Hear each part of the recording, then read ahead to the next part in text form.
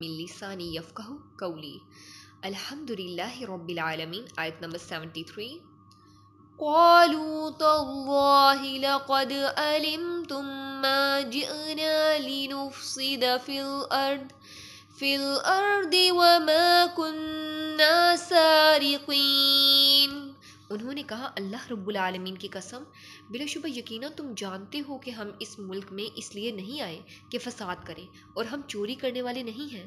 اس آیت کی تفسیر میں ہم دیکھتے ہیں جب حضرت یوسف علیہ السلام کے بھائیوں سے کہا گیا کہ تم چور ہو تو انہوں نے فوراً انکار کیا. وہ کہنے لگے کہ اللہ کی قسم تم جانتے ہو کہ ہم کبھی فساد کرنے والے نہیں رہے اور نہ ہی چوری کرنے والے ہیں.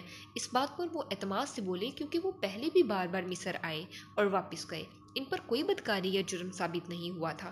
ابن کثیر بیان کرتے ہیں کہ یہ ان کی سابقہ سچائی اور دیانتداری کی دلیل تھی کہ وہ چوری جیسے گناہ کے مرتکب نہیں ہو سکتے.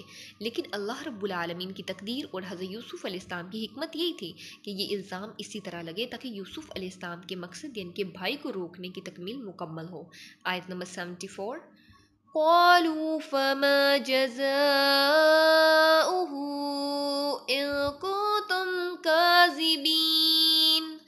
انہوں نے کہا اگر تم جھوٹے ہوئے تو اس کی جزا کیا ہے؟ اس آیت کی تفسیر میں ہم دیکھتے ہیں جب بھائیوں نے قسم کھا کر کہا کہ ہم چور نہیں ہیں تو دربار کے ملازموں نے ان سے پوچھا کہ اگر تم جھوٹ بول رہے ہو تو تم خود ہی بتاؤ کہ کس طرح اگر کسی کے پاس وہ چیز نکل آئی تو پھر اس کی سزا کیا ہونی چاہیے. یہ اس لیے پوچھا گیا کہ تاکہ وہ خود اپنی زبان سے بتائیں کہ چور کو کس طرح سزا دی جائے. حضرت یوسف علیہ السلام چاہتے تھے کہ سزا ان کے اپنے دین یعقوب علیہ السلام کی شریعت کے مطابق ہو، کیونکہ وہاں یہ قانون تھا کہ چور کو سزا کے طور پر غلام بنا کر روک لیا جاتا تھا. اسی طریقے سے حضرت یوسف علیہ السلام اپنے بھائی بنیامین کو اپنے پاس روکنے والے تھے. آیت نمبر 75. قالوا جزاؤه من وجد في